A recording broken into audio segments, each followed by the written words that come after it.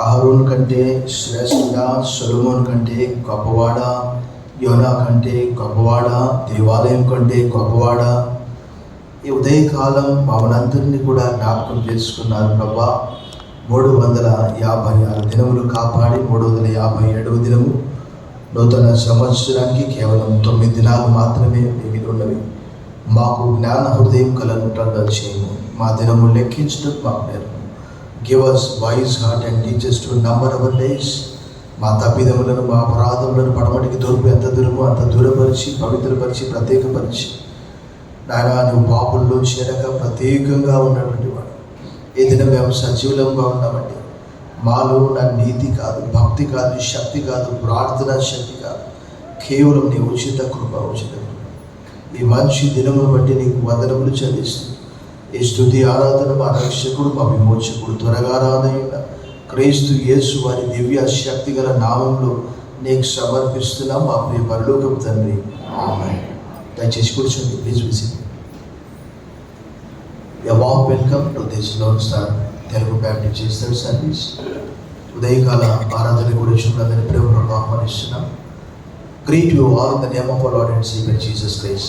ప్రభువును రక్షకుడైన యేసుక్రీస్తు వారి శుభ దివ్య శక్తి గల నామంలో మీ అందరికీ శుభములు, సమాధానం కలుగును గాక. దేవుడు మనందరినీ 356 దినాలు కాపాడి 57వ దినము మన సజీవులుగా ఉంచాడు. క్రిస్మస్కు కేవలం 2 దినాల దూరంలో ఉంచాడు. మనమందరం ప్రభువును చప్పట్లు కొట్టి స్తుతిస్తాం. క్రిస్మస్ సమీపిస్తున్నదంటే మరి మనకెంతో సంతోషము, ఆనందము. మరి అది ఇంత అంత అని మనం చెప్పడానికి వీల్లేదు. గత వారం మనం యోసేపు గురించి కొన్ని విషయాలు నేర్చుకున్నాము. మరి ఈ వారము మరియ గురించి కొన్ని విషయాలు తెలియజేయాలని నేను ఇష్టపడుతూ ఉన్నాను. అమ్మ, ఆ చిన్న పాపను తీసుకొని బయటికి వెళ్ళిపోయామ్మా. పాప, ఇది ఆట ఆడుకునే స్థలం కాదు, పార్క్ కాదు, ప్లే గ్రౌండ్ కాదు. బయటికి తీసుకెళ్ళమ్మా, బయటికి తీసుకెళ్ళు, బయటికి తీసుకెళ్ళు పాపను.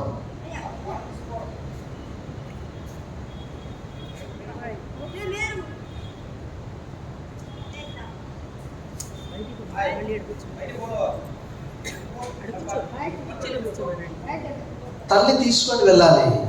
నువ్వు వట్టిగా వెళ్తే ఎలా? మరి ఎలా? మందిరానికి వస్తే మౌనంగా కూర్చొని వినాలి. ఎవరైనా తమాషాలు చేయొద్దు. సెల్ ఫోన్లతో ఇంకా కూర్చొని ఆటలాడుకుంటూ ఇంకెందుకు మందిరానికి వచ్చేది? ఇంకా మీరు వినేది లేదు, పక్క వాళ్ళని వినిపించేది లేదు. ఈ దినము మరియ గురించి కొన్ని విషయాలను మనము నేర్చుకుని ఉంటున్నాము.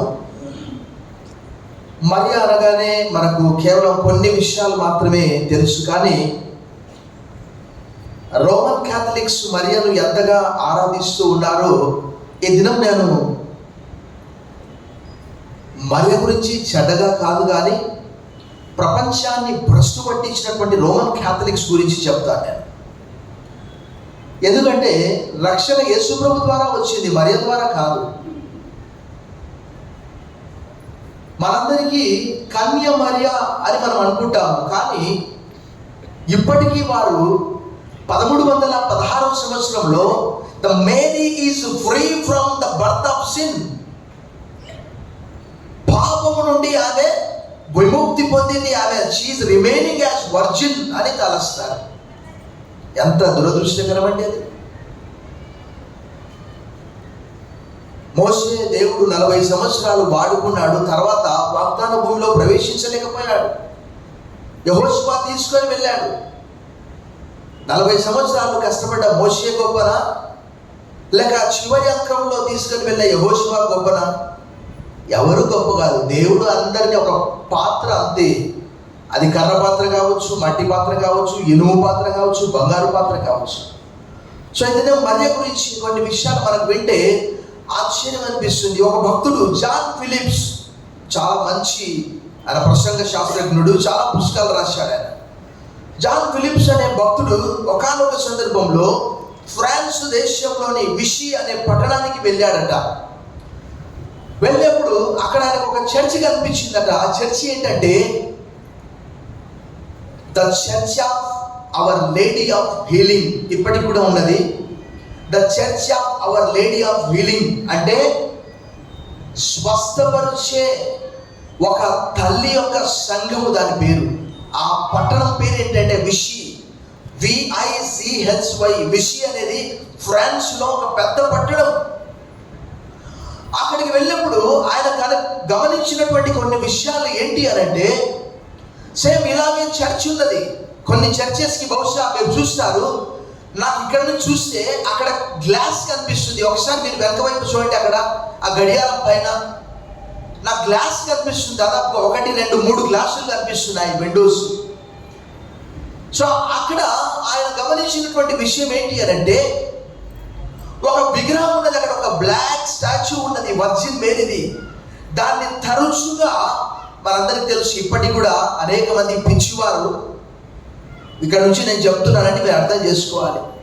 ఆ యేసు ప్రభు విగ్రహాన్ని ఊరంతా తిప్పుతా ఉంటే దానికి పూలదండ వేయడము, దాన్ని మొక్కడము, రకరకాలుగా చేస్తూ ఉన్నారు. ఆ రోజు ఆ కన్య మరియ విగ్రహం కూడా అక్కడ తయారు చేసి ఊరంతా అప్పుడప్పుడు ఊరేగిస్తారట ఆ బ్లాక్ స్టాచ్యూని. దాంతో పాటట అక్కడ ఒక పెద్ద డోమ్ ఉన్నది. ఆ డోమ్ కింద పెద్ద గ్లాసు, సూర్య కిరణాలు దానిపైన పడ్డప్పుడు ఏం చేస్తారంటే తెలుసా, పెద్ద మరియా ఫోటో, ఆమె సాతాను కాళ్ళ క్రింద త్రొక్కుతూ ఉన్నట్టు ఒక ఫోటో, ఒక వాక్యం అట. ఏమని? ఈమె ప్రపంచాన్ని జయించింది, పాపాన్ని జయించింది అని చెప్పి బైబిల్లో ఎక్కడ కూడా 66 పుస్తకాలు 1189 అధ్యాయంలో ఎక్కడ లేదు. ఆ వాక్యం అక్కడ రాసి పెట్టారట. యేసు ప్రభు బొమ్మ చిన్నగా కనిపించనట.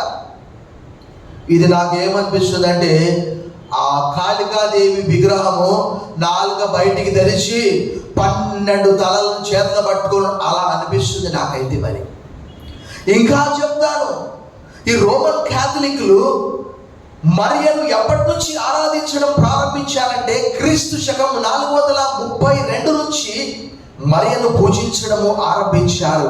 ఇంకా ఒక భక్తుడు ఏమన్నాడు తెలుసా, సెయింట్ బర్నార్డ్. ఆయన అన్నాడు, దేవుడు లోకమును ఎంతో, for God so loved the world that he gave his only begotten son. అయితే ఆయన తన అద్వితీయ కుమారుడిగా పుట్టేవాని అందు అనే మాట అంతే. అక్కడ దానికి ఒక మాట కలిపాడు ఆయన, బైబిల్లో లేదు. ఏంటి అని అంటే, దేవుడు ఒక్కడే, దేవునికి నరులకు మధ్యవర్తి ఒకరే, ఆమె మరియను స్త్రీ అంట. చూడండి ఎంత విచారకరం. ఇంకా అదేనా, ఏమైంది? ఇంకా ముంతనిల్లే మీరు విన్నది, ఇంకా బొంతనిల్లు. 432లో మరియను ఆరాధించడం ప్రారంభించారట. 650లో తరచుగా రకరకాల పండుగలు ఆమె పేరట. 1316లో ఆమె షీఈస్ ఫ్రీ ఫ్రమ్ సిన్, పాపం నుండి ఆమె విడుదల పొందింది అని వారు డిక్లేర్ చేసేసారట పోపు. చూడండి, ఇంకా ఇలా చెప్పుకుంటూ పోతే భక్తుడు మార్టిన్ లూథర్ 1510లో తన హృదయంలో ఒక చిరకాల కోరిక ఉన్నదట. ఏంటి తెలుసా, రోమును దర్శించాలి. చాలా మందికి ఉంటుంది కదా, యెరూషలేం వెళ్ళాలి అనేది. కానీ యేసు ప్రభు వారు ఏమన్నాడు తెలుసా, మత్తయి సువార్త 12:6లో, ఇదిగో దేవాలయం కంటే గొప్పవాడి కదా. మత్తయి సువార్త 18:20 ఏమన్నాడు, where 2 or 3 gathered in my name I am there అన్నాడు. యెరూషలేంలో కాదు నేను ఉండేది, ఎక్కడ 2 లేక 3 నా నామంలో కూడితే వారి మధ్యలో ఉంటాను. ఆ మార్టిన్ లూథర్ అట రోమును సందర్శించుకునే క్రమంలో యేసు ప్రభు వారు పిలాతు యొద్దకు కొనిపోబడ్డప్పుడు అక్కడ ఎన్ని మెట్లు తెలుసా? ఎప్పుడైనా విన్నారా మీరు? 28 మెట్లట. యేసు ప్రభు వారు 28 మెట్లు ఎక్కి వెళ్ళాడట. ఇప్పటికీ పిల్లలు, పెద్దలు, ధనవంతులు, దరిద్రులు, పేదవాళ్ళు ప్రపంచ వ్యాప్తంగా యేసు ప్రభువారు ఆ మెట్లు ఎక్కాడు కాబట్టి, ఆయన రక్తము కార్చాడు కాబట్టి, పిలాతు యొద్దకు వెళ్ళినప్పుడు, పిలాతు యొద్దకు తిరిగి వచ్చేటప్పుడు ఆ మెట్లన్నీ కూడా 28 మెట్లు రక్తసిద్ధమయ్యాయట. మెట్లెక్కితే పుణ్యమట. ఇప్పటికీ ఆయన ఒక మెట్టెక్కుతూ మార్టిన్ లూథర్ గారు ఇలా అన్నాట, అమ్మా తల్లి మరియా, నేను పాపిని, ఇదిగో నా హృదయంలో ఉన్న చెడంతా తొలగించు అనుకుంటూ ఒక్క మెట్టెక్కాడట. రెండో మెట్టెక్కేటప్పుడు యేసు ప్రభా ఎంత కష్టం అనుభవించావు నాయనా, ఇదిగో తల్లి విడిచిపెట్టింది, నిన్ను శిష్యులు విడిచిపెట్టారు, ఒక్కడవే నాయనా అనుకుంటూ ఎక్కాడట. అలా అనుకుంటూ మరియను యేసు ప్రభును తలంచుకుంటూ దాదాపుగా 28 మెట్లలో 14 మెట్లు ఎక్కాడట. 14వ మెట్టుకు ఏంది కష్టం, ఎలా తెలుసా ఎక్కేది? మోకాళ్ళ పైన వెళ్ళాలట, నడుచుకుంటూ వెళ్ళేది కాదు, చకచక లిఫ్ట్ కాదు. 14 మెట్లు మోకాళ్ళ మీద ఎక్కే వరకు ఆయనకు దేవుడు ఒక స్వరం వినిపించాడట, righteous shall live by faith. చప్పట్లు కొట్టి మనమందరం దేవుని మహిమపరుస్తాం. హబక్కూకు 2:4 రాయబడింది, నీతిమంతుడు విశ్వాస మూలముగా. మీకు కొన్ని విషయాలు ఆశ్చర్యం అనిపిస్తుంది. యేసు ప్రభువు మరియకు ఎలా కటింగ్ ఇచ్చాడు, ఎలా సింపుల్గా రిజెక్ట్ చేశాడు, మొన్ముందు నేను తెలియజేస్తాను. అప్పుడు ఆయన ఆ మెట్ల నుంచి కిందికి దిగి వచ్చి, ఏంటి ప్రభువా నాకు కలిగినటువంటి దుస్థితి అని చెప్పి, వెంటనే ఈ మెట్లు నేను ఎందుకు ఎక్కాలి, ఈ పాపాలను క్షమించడానికి పోపెవరు అని చెప్పి వెంటనే 95 థీసిస్ అక్కడ జర్మనీలో కొట్టేశాడు ఆయన మొత్తం. అంటే మనం కేవలము విశ్వాసము ద్వారానే, యేసు ప్రభు ద్వారానే పరలోకం వెళ్తాము. ప్రభునందు మికిలి ప్రియులారా, ఇంకా మీకు వింటే ఆశ్చర్యం అనిపిస్తుంది. ఒక భక్తుడు ఇలా అన్నాడు, దేవుడు మానవులకు చేసిన దానికంటే ఎక్కువనంట మరియ దేవుడి కొరకు చేసిందంట. చూడండి ఎంత విచిత్రం, ఆయన అర్థం చేసుకోవడం. దేవుడు మానవుల కొరకు చేసిన దానికంటే ఎక్కువగా మరియ దేవుని కొరకే ఎక్కువగా చేసిందంట. చూడండి ఎంత విచారకరం. బైబిల్ మనం ముందు దేవుడు ఎందుకు వచ్చాడు? చదవడానికి, అర్థం చేసుకోవడానికే కదా. సో అలాగూ ఇంకా ప్రపంచవ్యాప్తంగా రోమన్ క్యాథలిక్స్లో నుంచి బయటికి వచ్చిన వాళ్ళకు తెలుసు ఏంటి అని అంటే, ఒక ప్రార్థన నేర్పిస్తారట.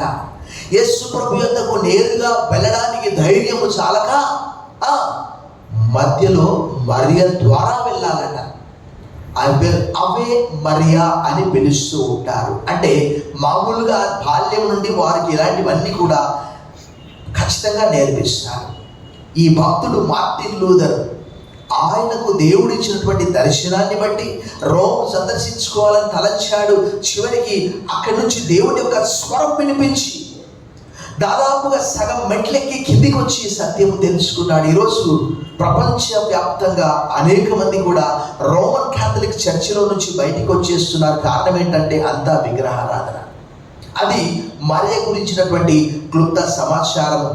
3 విషయాలు నేను తెలియజేస్తాను. ఏంటి అంటే, మేరీ లేక Mariya the mother of Christ, ఆమెకు దేవుని యొక్క వర్తమానము గబ్రియల్ దూత ద్వారా పంపించినప్పుడు స్ట్రేంజర్ అనగా అపరిచిత వ్యక్తి వచ్చి మొట్టమొదటిగా తనకు తెలియజేసినప్పుడు ఆమె నమ్మలేదు.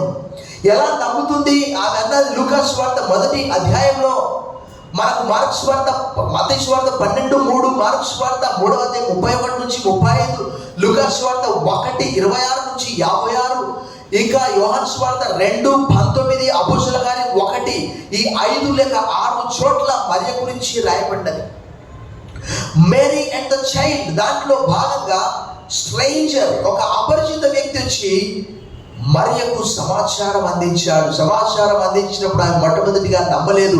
26 నుంచి 56 వచనాలు అదంతా కూడా రాయబడ్డది. రెండవదిగా చూస్తే డేంజర్. మొదటిది స్ట్రేంజర్, అపరిచిత వ్యక్తి, పరిచయం లేనటువంటి వ్యక్తి, గబ్రియల్ దూత. రెండవది డేంజర్ అనగా అపాయము. ఎందుకు అనంటే, ఆ సమాచారము ద్వారా ఆమెకు తెలుపబడినటువంటి విషయం ఏంటి? అమ్మా, నీవు గర్భవతివి, పరిశుద్ధాత్మ ద్వారా సర్వోన్నతుని శక్తి నిన్ను కమ్ముకొను అనే మాట 1లో మనం చూస్తాం అక్కడ లూకా సువార్తలో. 3వది చూస్తే మొట్టమొదటిది స్ట్రేంజర్, 2వది డేంజర్, 3వది చూస్తే మేంజర్ అనగా పశువుల తొట్టి. మనం ఈ 3 విషయాలను క్లుప్తంగా మనం ధ్యానం చేసుకున్నాం. ఎందుకంటే the more mics we have, more time we take. మనకు మైకులు ఎక్కువ వచ్చేసినాయి, సమయం కూడా ఇంతకుముందు 12 గంటల వరకు అయిపోయేది, మనకు ఇప్పుడు 12 దాటుతుంది. More mikes more problems, less mikes less problems. So మనకున్న సమయాన్ని బట్టి మొట్టమొదటిగా మనం చూస్తే స్ట్రేంజర్.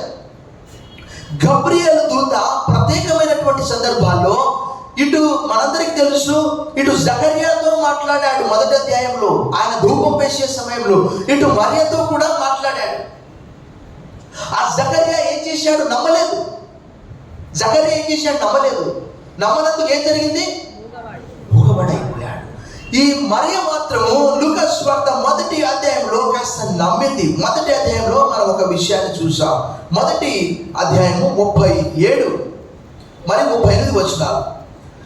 దేవుడు చెప్పిన ఏ మాట అయినను నిరర్థకము కానేరదని ఆమెతో చెప్పారు. అందుకు మరియా, ఇదిగో ప్రభువు దాసురాలను, నీ మాట చొప్పున నాకు జరుగును గాక అనెను. అంతటా దూత ఆమె ఎదురు నుండి. సో అపరిచిత వ్యక్తి వచ్చి, మనందరికి తెలుసు, నాకు కాల్స్ వస్తా ఉన్నవి, వాట్సాప్ కాల్స్ వస్తా, నేను ఎత్తట్లేదు. మొన్న ఒక కాల్ వచ్చింది, నిన్న ఒక కాల్ వచ్చింది.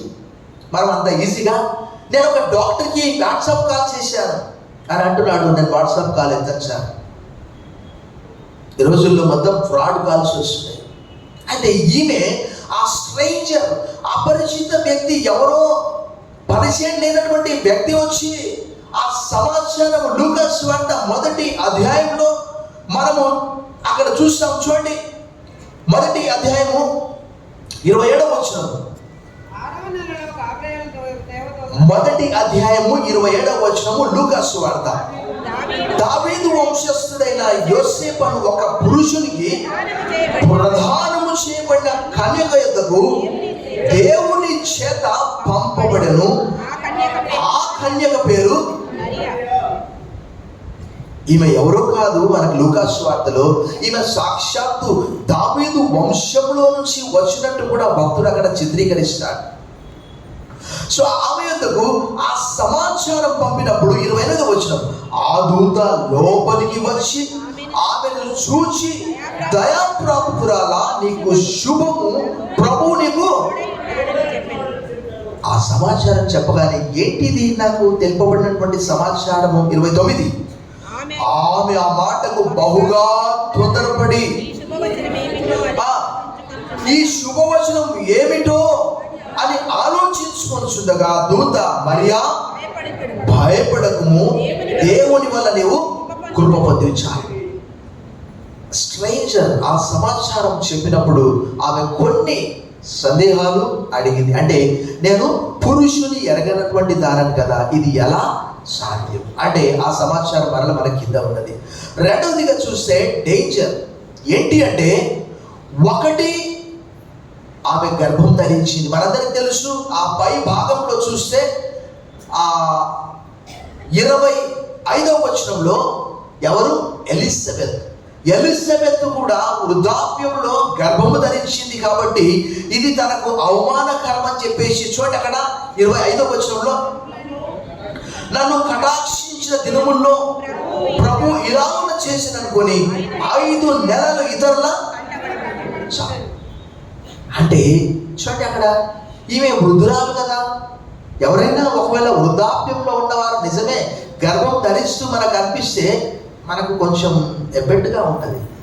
ఇవి కడుపులో ఏదైనా పెట్టుకుంటుందా నిజంగా గర్భవతి అంటే? ఈ రోజుల్లో చాలామంది ప్రాంక్ వీడియోస్ చేస్తున్నారు. అంటే అక్కడ జరిగినటువంటి విషయం అది. 2వదిగా చూస్తే అక్కడ ఎలిజబెత్ మాత్రమే కాదు, మరియ కూడా గర్భవతి. అయితే ఈ సంగతి ఎవ్వరికి తెలియకుండా రహస్యంగా ఎక్కడికి వెళ్ళిపోయింది చూడండి. ఎక్కడికి వెళ్ళిపోయి చూడండి, అక్కడ మొదటి అధ్యాయంలో 39వ వచనం. ఆ దినముల యందు, అంటే ఎప్పుడు? ఆమె ఆల్రెడీ గర్భం ధరించింది.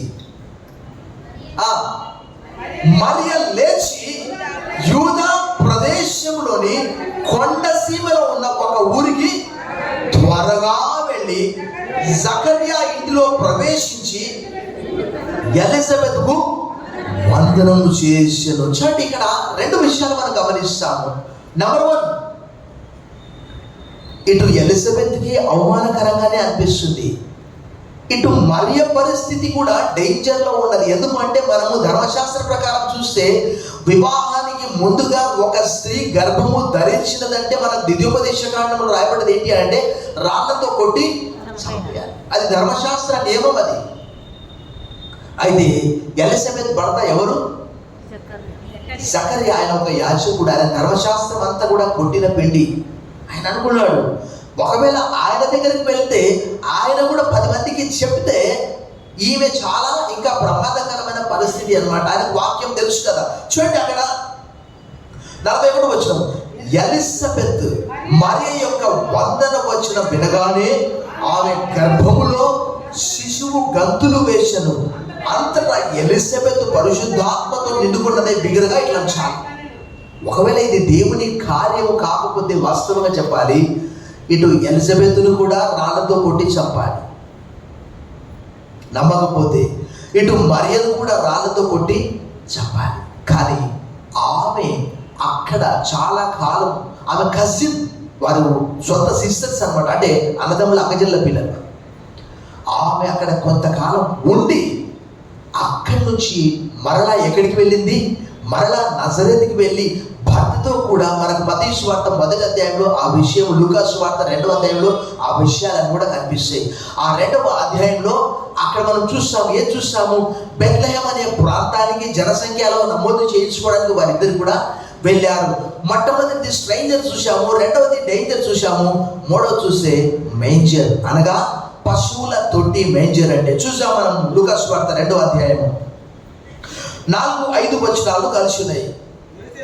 యోసేపు దావీదు వంశంలోను గోత్రంలోను పుట్టినవాడు కనుక తనకు భార్యగా ప్రదానం చేయబడి గర్భవతి ఉండిన మరియతో కూడా ఆ సంఖ్యలో వ్రాయబడ్డ గలిలయలోని నజరేతు నుండి యూదయలోని బెత్లెహేం అనబడ్డ దావీదు ఊరికి వారక్కడ ఉన్నప్పుడు ఆమె ప్రసవ దినము నిండను కనుక తన తొలిచూలు కుమారుని కని పొత్తి గుడ్డలతో చుట్టి సత్రములో వారికి స్థలము లేనందున ఆయనను పశువుల తొట్టిలో. ప్రభునందు మిక్కిలి ప్రియులారా, క్రిస్మస్ దినాల్లో లోక రక్షకుడు ఈ యొక్క మార్టిన్ లూథర్ గారు రోమ్కు వెళ్ళినప్పుడు అక్కడ క్రిస్టియన్ మోంక్స్, అనగా క్రైస్తవ సన్యాసులు, యూరోప్లో ఎక్కువ మోంక్స్ ఉంటారు, నన్స్ ఉంటారు, మొనాస్ట్రీస్ అంటారు, అంటే సన్యాసులు నివసించే ఆ ప్రదేశాన్ని మొనాస్ట్రీస్ అంటారు. అక్కడ ఖరీదైనటువంటి మార్బుల్ చలువరాతితో నిర్మించినటువంటి భవనాల్లో వారు ఒంటరిగా ఉంటూ దేవుని ధ్యానం చేస్తున్నారట. కానీ యేసు ప్రభు వారు ఆయన పుట్టినప్పుడు మనందరికీ తెలుసు, యేసు ప్రభు వారితో కూడా ఒక వ్యక్తి వచ్చి మత్తయి సువార్త 8:19 ప్రభా నీవు ఎక్కడ పోతే నేను కూడా అక్కడికే వస్తానన్నాడు. ఓరి పిచ్చినోడా, నాకెక్కడిదిరా ఈ లోకంలో స్థలము? పుట్టినప్పుడు నాకు స్థలం లేదు, చనిపోయినప్పుడు కూడా నాకు సమాధి నాది కాదు, అది అద్దె సమాధి, వేరే వాడిని. అరిమతయ్య అని యోసేపు ఒక వ్యక్తి తన కొరకు తొలిపించుకున్నాడు. యోహాను సువార్త 19వ అధ్యాయంలో ఆ విషయం మనం చూస్తాం. లోకమైన తిరస్కరించింది, స్థలం ఇవ్వలేదు. వారు అన్నారు, ఇదిగో అయ్యా నీకు స్థలం ఎక్కడుంది? సిలువే నీకు సరైనటువంటి స్థలము, అక్కడే నీకు తగు స్థలము అని ఆయనను సిలువనెక్కించారు. ప్రభునందు మిక్కిలి ప్రియులారా, ఆయనకి లోకంలో స్థలమే లేకుండా పోయింది. నక్కలకు బొరియలున్నవి, ఆకాశ పక్షులకు గోళ్ళున్నవి. నిద్రపోయేవారు మేల్కొనాలి. ఒకసారి చప్పట్లు కొట్టండి. ఒకసారి నిద్రపోయే వాళ్ళంతా లేస్తారు. పాపం రాత్రి నిద్రపోయినట్టుంది కొంతమంది, అంటే క్రిస్మస్ గురించి ఊహించుకొని బహుశా నక్కలకు బొరియలున్నవి, ఆకాశ పక్షులకు నివాసములు కలవు లేక గూళ్ళు కలవు, రెండు ఉన్నాయి. కానీ మనుష్య కుమారుడికి తల మార్చుకోవటమైనను స్థలం లేదు. ప్రభునందు మిక్కిలి ప్రియులారా, మనం చూసాము స్ట్రైంజర్, డేంజర్, మేంజర్. యేసుప్రభు వారికి మన హృదయంలో స్థలం ఇస్తామా? ఒకసారి చప్పట్లు కొట్టి మనం ప్రభువును స్తుతిస్తాం. ఆయన అన్నాడు, దేవాలయం కంటే గొప్పవాడు ఇక్కడ ఉన్నాడు అన్నాడు. Jesus lives in our hearts through the faith. విశ్వాసం ద్వారా ఆయన మన హృదయములలో నివసిస్తాడు సదాకాలం. మన దేహమే దేవునికి దేవాలయంగా ఉన్నది. ఆయనతో చెప్పారు, అయ్యా ఈ లోకంలో నీకు స్థలం లేదు, నీవు ఉండవలసినటువంటి స్థలం ఏది? సిలువ. నీవు అక్కడే నీకు తగు స్థలము. ఆయన తిరస్కరించారు. ప్రభునందు మిక్కిలి ప్రియులారా, మేరీ అండ్ ద చైల్డ్, అది తర్వాత మేరీ అండ్ జీసస్ క్రైస్ట్. మనం కేవలం 3 సందర్భాల్లో మాత్రమే ఆ విషయాలు చూస్తాము. నంబర్ 1, కానా అనగా యోహాను సువార్త 2వ అధ్యాయంలో యేసు ప్రభుతో కూడా ఆయన తల్లి ఉన్నది. ఆమె అప్పుడు బహుశా మనకు తెలియదు. యేసు ప్రభు వారు సింపుల్గా కటింగ్ ఇచ్చేసాడు. ద్రాక్షరసం అయిపోయిందని చెప్పి వచ్చి ఆమె చెప్తే ఆయన ఏమన్నాడు? అమ్మ నాతో నీకేమి పని. ఇంకా లూకా సువార్త 2వ అధ్యాయంలో కూడా ఏమన్నాడు ఆయన తెలియకుండానే కొన్ని విషయాలు మనం చూసాం వేగంగా. 2వ అధ్యాయము 49వ వచనంలో చూడండి, కొంతమంది బైబిళ్లలో అవి రెడ్ లెటర్స్తో ఉన్నవి. ఆయన ఏమన్నాడు? మీరేళ నన్ను వెదకచుంటిరి, నేను నా తండ్రి పళ్ళ మీద ఉండవన్నని. చాలు. Why you are searching? Don't you know that I am on my father's business? నా తండ్రి పళ్ళ మీద ఉన్నాను నేను. అక్కడ 2వ అధ్యాయంలో కూడా యోహాను సువార్తలో కానాలో ఆమె చెప్తే ప్రభు వినలే. అమ్మ నాతో నీకేమి, నా సమయం ఇంకా, నువ్వు చెప్తే నేను చేస్తానా అన్నట్టు అర్థం. రెండవదిగా చూస్తే ఇందాక మనం చదువుకున్నటువంటి లేఖన భాగాల్లో కూడా మత్తయి సువార్త 12:13, లూకా సువార్త 3:31 నుంచి 35లో అక్కడ రాయబడినటువంటి విషయాలు మనం వేగంగా చదువుతాం. 13వ అధ్యాయంలో చూడండి, అక్కడ 13వ అధ్యాయంలో మత్తయి సువార్త 13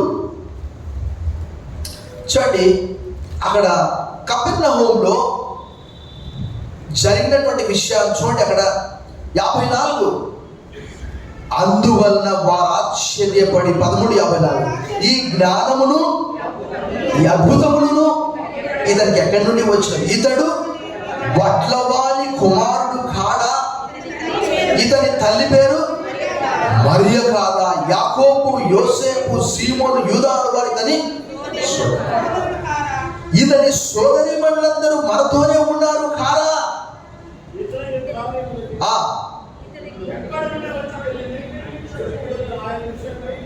ఇతనికి ఈ కార్యములన్నీ ఎక్కడి నుండి వచ్చిందని చెప్పుకొని ఆయన విషయమై యేసు ప్రభువారు 2 సార్లు 3 సార్లు ఆయన 12వ అధ్యాయంలో కూడా ప్రభువు చెప్పినటువంటి మాట చూడండి. అక్కడ 12:46 ఆయన జన సమూహములతో ఇంకా మాట్లాడుచుండగా వారేమన్నా ఆయన తల్లియు సహోదరులు ఆయనతో మాట్లాడకూడదు వెల్ప నిలిచింది. అప్పుడు ఒకటి, ఇదిగో నీ తల్లియు నీ సహోదరులు ఆయనతో నీతో మాట్లాడవని వెల్ప నిలిచింది ఆయనతో చెప్పారు. అందుకు ఆయన తనతో ఈ సంగతి చెప్పిన వారిని చూసి, who is my mother, who are my brothers, తన శిష్యుల వైపు చెయ్యి చాపి, నా తల్లియు నా సహోదరులను పరలోకమందున నా తండ్రి చిత్తము చొప్పున చేయవాడి నా సహోదరుడు ప్రభునందు మిక్కిలి ప్రియులారా, కానాలో ఆమెకు సింపుల్గా కటింగ్ ఇచ్చేసాడు. కపెర్నహూములో 12వ అధ్యాయం 46 నుంచి మనం చూసాము. ఇప్పుడు నా తల్లి ఎవరన్నారు? చివరికి కల్వరిలో కొన్ని తర్జుమాల్లో ఏమన్నా తెలుసా?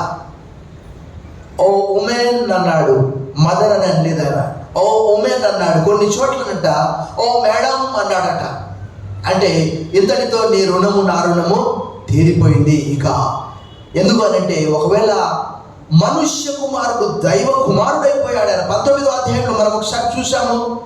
19వ అధ్యాయంలో 26వ వచనం మనం చూసాం. యోహాను సువార్త 19:26.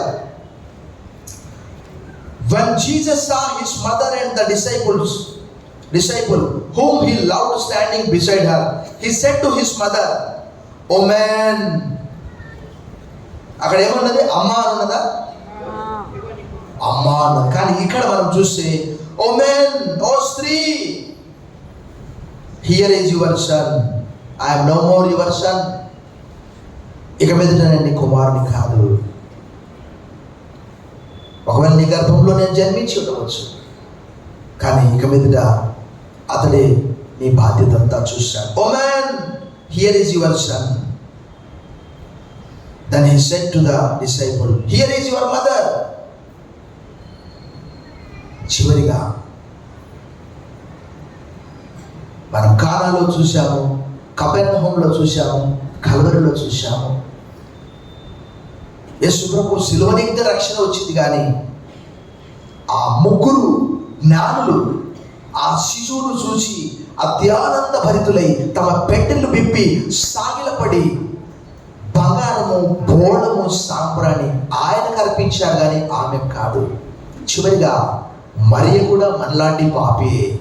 యోహాను అపోస్తలుల కార్యం 1వ అధ్యాయము సాధారణ లాస్ట్ బెంచ్లో కూర్చున్న వాడు ఎంత సమానమో మరియ కూడా అంతే సమానం. చూడండి, అక్కడ అపోస్తలుల కార్యం 1వ అధ్యాయంలో అందరితో పాటు ఆమె కూడా ప్రార్థన చేస్తూ ఉన్నది అంతే. 1వ అధ్యాయము 14వ వచనం. వీరందరంటే ఆ పైభాగంలో ఆ పేర్లన్నీ మనకు సమయం లేదు, ముగించుకోవాలి. వీరందరూ వీరితో కూడా కొందరు స్త్రీలను యేసు తల్లి అయిన మరియయు ఆయన సహోదరులను ఏక మనస్సుతో ఎడతెగక ప్రార్థన చేయుచుండిరి. చూసారా, అందరితో 120 మందితో ఆమె ఉంది. ఆమె ప్రత్యేకమైనటువంటిది ఏం కాదు. దేవుడు ఆమెను వాడుకున్నాడు అంతే. ఫర్ టైం బీయింగ్ ఎవరైనా కావచ్చు, మోషే కావచ్చు, యెహోషువ కావచ్చు, దావీదు కావచ్చు, శిష్యులతో ఎవరైనా కావచ్చు. ఒక్కసారి ఆలోచన చేయండి, 120 మందిలో ఆమెది ఏమైనా ప్రత్యేకత ఉన్నదా? అక్కడ చివరి బెంచ్లో కూర్చున్న వారు ఎంత సమానమో మరియ కూడా అంతే సమానం. కాకపోతే ఆమె దేవుని మాటకి లోబడ్డది. లోబడేవారు ధన్యులు. లోబడితే గొప్ప కార్యాలు చూశారు. ఆమె లోబడ్డది. లోకరక్షకుడు వచ్చాడు లోబడ్డందుకు. సో ఈ దినము 3 విషయాలు మనం చూసాము. Stranger, danger, manger. తర్వాత మనము కానా, తర్వాత కపెర్నహూము, తర్వాత కల్వరి. ఎక్కడ కూడా అసలు వెంట్రిక మందం అంతా కూడా ప్రభు ఆమెకు అవకాశం ఇవ్వలే. కటింగ్ ఇచ్చేసాడు. అమ్మ నాకు నీకేం అవసరం? నీ పని వేరు, నా పని వేరు. Don't you know that I am on my father's business? తనను వచ్చి మనం ప్రార్థన చేసుకుందాం. సర్వశక్తి గల దేవా, ఈ మంచి దినములో నానా మరి క్రిస్మస్ దినాల్లో మా కొరకు ఈ లోకానికి మానవునిగా శిశువుగా వచ్చావు ప్రభువా, నీకు వందనాలు. The word became flesh and lived among us. వాక్యము శరీరధారి అయి కృపా సత్య సంపూర్ణుడిగా మన మధ్య నివసించను. మా కొరకు పరలోకాన్ని విడిచిపెట్టి ఈ లోకంలో జన్మించినందుకు బదులులు చెల్లిస్తూ క్రిస్మస్ ఆనందము, సంతోషము, దీవెన, స్వస్థత ఇచ్చిమని యేసు నామములో ప్రార్థిస్తున్నాం తండ్రి, ఆమేన్.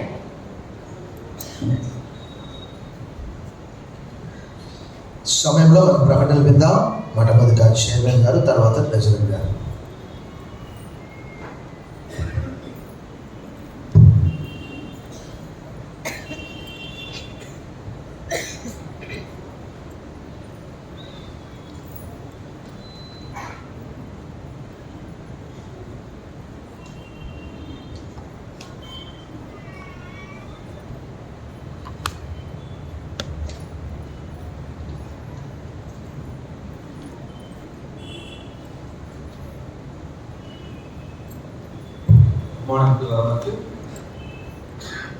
గుడ్ మార్నింగ్ ఎవరికి. క్రీస్తునందు ప్రియమైన సంఘ సభ్యులకు, ఆరాధనలో పాల్గొన్న ప్రతి ఒక్కరు కూడా శుభాభివందనాలు తెలియజేస్తున్నాం. ముందుగా సండే స్కూల్ రేపు ఈ దినం హాజరైనటువంటి విద్యార్థుల సంఖ్య 45. ఇచ్చిన కానుకలు 1466 రూపాయలు. వచ్చిన టీచర్స్ 3.